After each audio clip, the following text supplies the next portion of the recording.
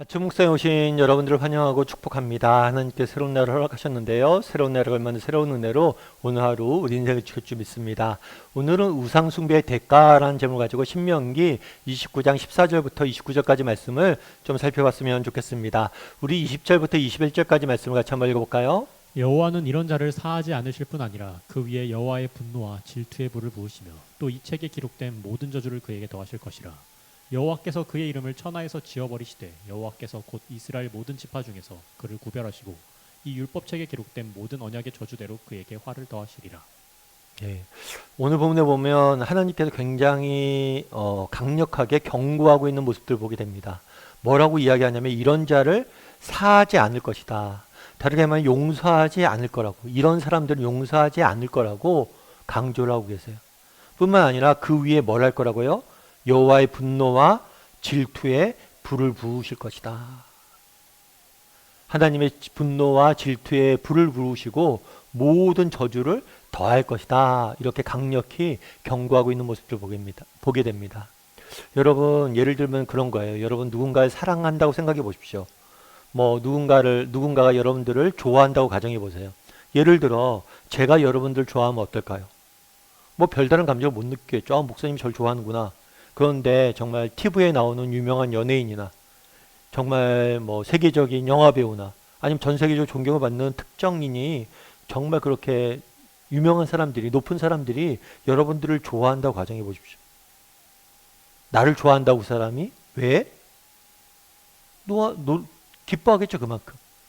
여러분, 사랑에 있어서 중요한 요소가 있어요. 그건 뭐냐면 주체예요, 주체. 누가 사랑하느냐? 그러니까 하나님의 사랑이 놀라운 이유는 뭐냐면 하나님이 사랑하기 때문이에요. 정말 이 세상 모든 만물을 창조하시고 다스리시는 그 높으신 하나님께서 우리처럼 보잘것없는 사람들을 사랑하시는 것. 그 사실 자체가 놀라운 거거든요. 그래서 사랑에 가장 여러 가지 요소가 있는데 그 중에 가장 중요한 요소 중에 하나는 뭐냐면 사랑의 주체. 반대, 미움도 마찬가지라는 거예요. 정말 누구의 미움을 받느냐? 이거는 믿음의 주체가 누구냐? 이것은 매우 중요합니다. 왜냐하면 미움의 주체에 따라서 미움의 크기가 달라지는 거예요. 오늘 본문에 보면 이렇게 돼 있어요. 여호와의 분노와 질투에 불을 부으실 것이다. 여호와가 분노하고 미워하고 질투할 것이다. 여러분, 이것이 얼마나 무서운 일인지 알아야 돼요. 누군가의 여러분 미움을 받아보십시오. 누군가의 분노를 받아보십시오. 그게 쉽지가 않잖아요. 그런데 정말 하나님께서 분노하시고 하나님께서 벌을 내리신다고 생각해 보세요.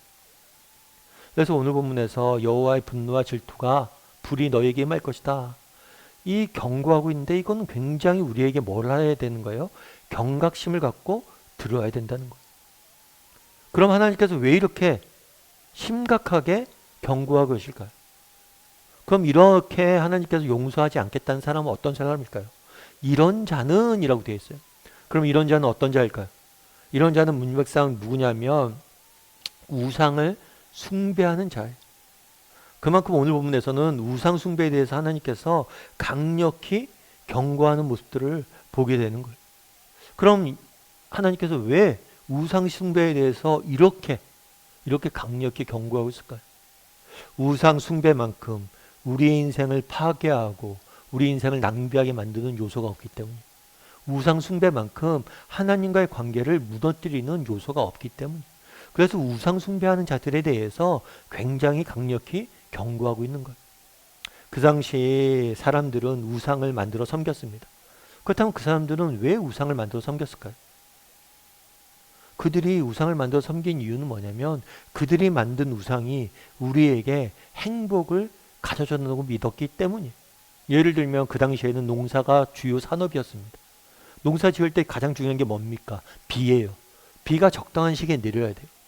그래서 뭘 만드냐면 비를 주관하는 신의 우상을 만들어요. 그리고 비를 주관하는 신의 우상을 만들어서 우리가 그를 잘 섬기면 그 우상이 우리에게 비를 내려줄 것이고, 그러면 우리는 농사를 잘 지을 것이다. 행복해질 것이다. 이런 믿음을 가지고 우상을 섬긴 거예요.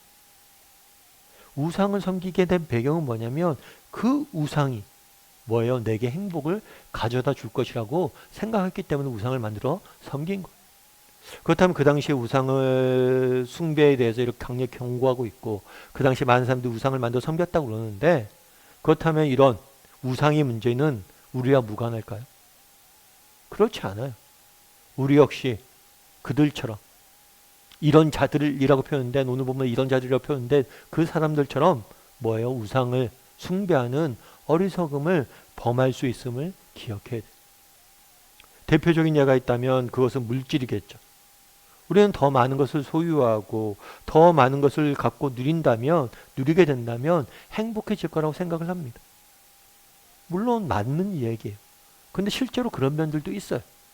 하지만 여러분, 정말 우리의 삶이, 우리가 가진 소유가, 우리가 가진 물질이 우리의 삶을 풍요롭게 만들고 행복하게 만드는 건 사실이에요. 그런데 정말 이러한 물질적인 부와 풍요가 정말 우리 삶 가운데 진정한 행복과 만족을 가져다 줄 거라고 생각한다면 그것은 착각이라는 거죠. 예전에 미국에서 어느 한국 유학생이에요. 이 유학생이 스스로 목숨을 끊는 안타까운 사건이 발생했어요. 참 저도 그 기사를 접했을 때 우리 아이들이 어렸었는데 참 그렇죠. 정말 딸을 잃은 부모의 심정이 어떻겠어요. 그것도 뭐 사고나 그런 게 아니라 스스로 목숨을 끊었다니까 더 가슴이 아픈 거죠. 그런데 그때 이 사건이 주목받았던 이유가 있어요. 그건 뭐냐면 이 학생이 국내에 있는 모 재벌의 딸이었어요. 그 당시 그가 가진 재산이 2,500억이었어요. 여러분 2,500억이란 돈이 얼마나 큰 돈인지 우리 알 수가 없잖아요. 한 사람이 그 정도 많은 돈을 가질 수 있는 돈인가요? 아니요. 정말 소수의 사람들만 가질 수 있는 돈이에요. 그런데 그 큰 돈을 가진 사람이 왜 젊은이가 스스로 목숨을 끊어요? 정말 물질적 부가, 풍요가 우리 인생에 참된 만족과 행복을 가져다 준다면 왜 그런 극단적인 선택을 하겠어요? 물론 여러분 물질은 우리가 살아가는 데 필요합니다. 중요합니다. 그런 면에서 물질은 하나님이 주신 우리에게 축복이고 선물이에요. 그런데 그게 우상이 되면 안 돼요. 그것이 목적이 되면 안 돼요. 그것이 우리 인생에 필요한 것이지만 그것이 전부가 되면 안 돼요. 그것만을 추구하면 안 돼요. 그것이 최상단, 제일 꼭다기가 있으면 안 된다는 거예요. 그랬을 때 그것은 우리의 삶을 무너뜨리게 되어 있는 거예요. 그날의 우상숭배에 대해서 이렇게 경고하는 이유도 여기에 있어요. 그것들이 너희들의 삶을 무너뜨리기 때문이에요. 여러분 그런 면에서 우리는 한번 점검해 봐야 돼요. 우리에게 정말 무엇을 나는 추구하고 사는 사람인가? 나는 헛된 것들이 우상이 되어 있지 않은가? 정말 세상이 말하는 부나 세상이 말하는 성공이나 세상이 말하는 그 무엇이 정말 하나님이 주신 축복과 선물이 내게 우상이 되어 있지 않은가? 이 우상이 되게 어려운 게 뭐냐면 하나님이 주신 축복과 선물이 우상이 될 수 있기 때문에 물질적 풍요가 가난해야 됩니까? 아니에요. 여러분 우리 잘 살아야 돼. 열심히 일하고 많이 벌고 잘 살아야죠. 그런데 그것 자체가 목적이 되는 순간 우리의 삶이 무너질 수 있다는 거. 그럼 어떻게 해야 될까요?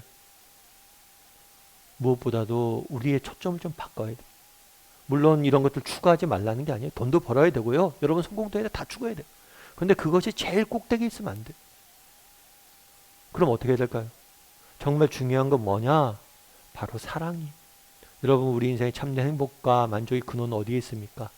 사랑에 있어요. 하나님은 사랑이라고 성경은 가르칩니다. 그리고 하나님의 성품대로 우리는 지음받았다라고 이야기해요. 그래서 결국에 인생의 참된 행복은 어디에 있습니까? 사랑에 있어요. 사람 사이의 관계, 바른 관계를 맺는 것, 또 하나님과의 바른 관계를 맺는 것, 서로를 사랑하고 섬기는 것, 하나님을 사랑하고 섬기는 것, 그것에 우리 인생에 참된 행복과 기쁨의 원천이 있는 거예요.